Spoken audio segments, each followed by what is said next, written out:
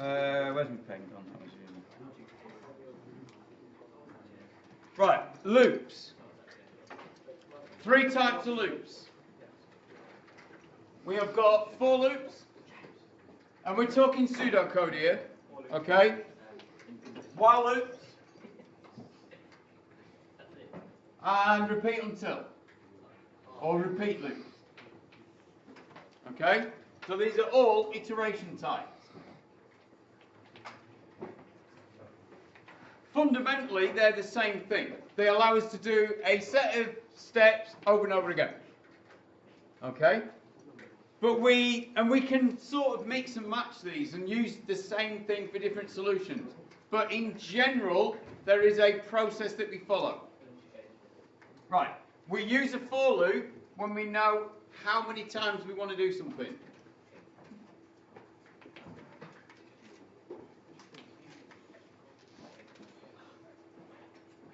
We call that a count-controlled loop.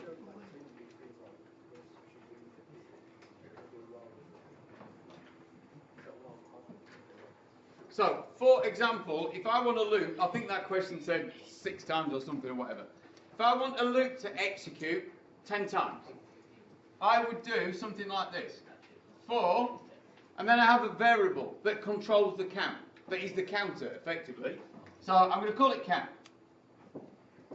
I give it an initial value, and if I want, and in general these increment by 1 each time round the loop, because it's a counter. And I say, when do I want it to stop? So if I want a loop to execute 10 times, if I'm starting at 0, what would be my final number? 9. 0, 1, 2, 3, 4, 5, 6, 7, 8, 9. Do it on your fingers. I expect to see, if I pop into the exam room, which I'm not allowed to do, I'd expect to see everyone going like this with their fingers, if there is a loop question. Right, we just do that. So actually, that question just wanted you to do that. That's all they wanted, Greg. So that's a count-controlled loop. And it might be that you don't know the number, but you've got an array or a list.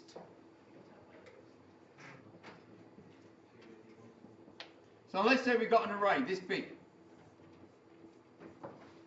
4 items. What are the indexes of these locations? What are the index numbers? What's the first one always? 0. 1, 2, 3. Right. So if I do array.length, that will give me the number 4. So what does this need to be if I want to access each one of these locations? 3. So how do I get 3 from 4? Yeah, subtract 1. So that's it. That is all there is to for loops. That's all you'll ever do with a for loop. So for loops are for a fixed number of iterations. The while loop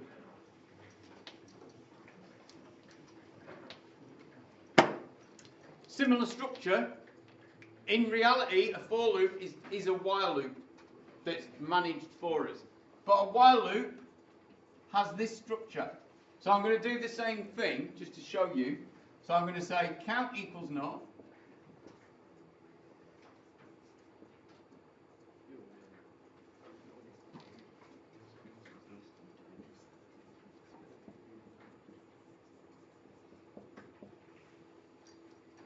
Right.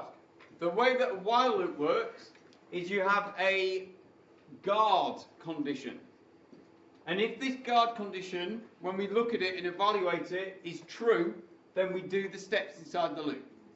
As soon as that, we look at that and go, oh no, that's not true, that's false, we drop down to the line after the loop. Okay?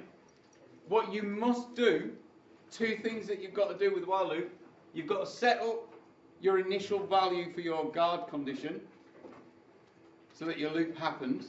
So in this case, when we hit this line, we say, oh, 0 is less than 10. Yeah, that's true.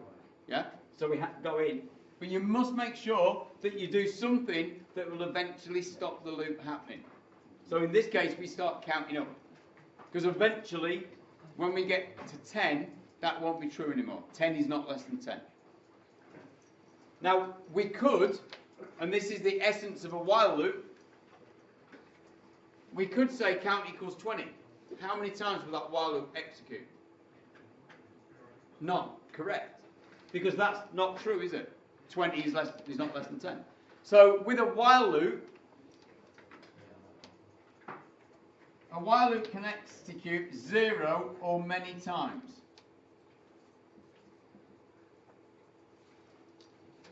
We specifically use while loops when we're reading data from files, because we might open a file and there might not be anything in it. So we want to say, oh, hang on a minute, don't try and process it if there's nothing there. Okay? And beforehand, you don't know how long the file is. So you just keep going until you get to the end of the file.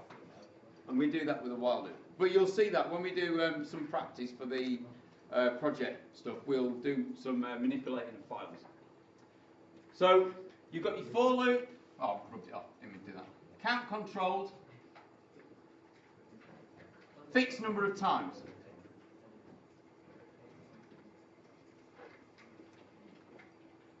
While loop, 0 or many times. Controlled by a condition. Okay? That condition could be as complicated as you need it to be. Now the repeat until is basically identical to a while loop, apart from one thing. So I'll do this again. So count equals 0, and then I say repeat.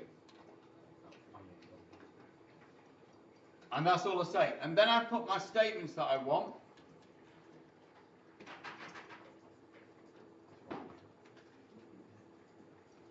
Then I do the thing that's going to hopefully stop the loop happening, and then I put this at the bottom.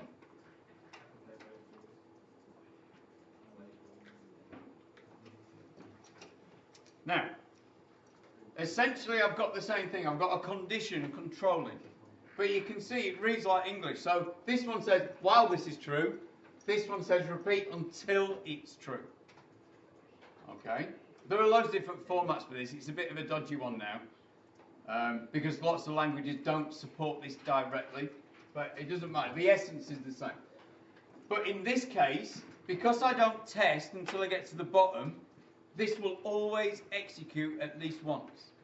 And that's the key thing. So this is at least once. Because I'm saying, right, there's the loop, go straight into it, do the stuff in there, then decide whether it continues. So a standard use for this is for password checking, where you know you've got to ask someone for their password once. So they at least have to have one attempt at entering their password. Yeah? If they get it the first time, fine, excellent. That's what we'll do. If not, go back round and ask them to enter the password again. So that's the standard loop stuff.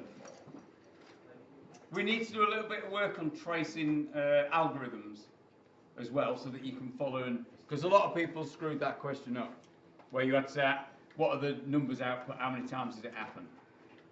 Okay, but in essence, that is the 3 ways of doing iteration. How you do those in a particular language depends on the language.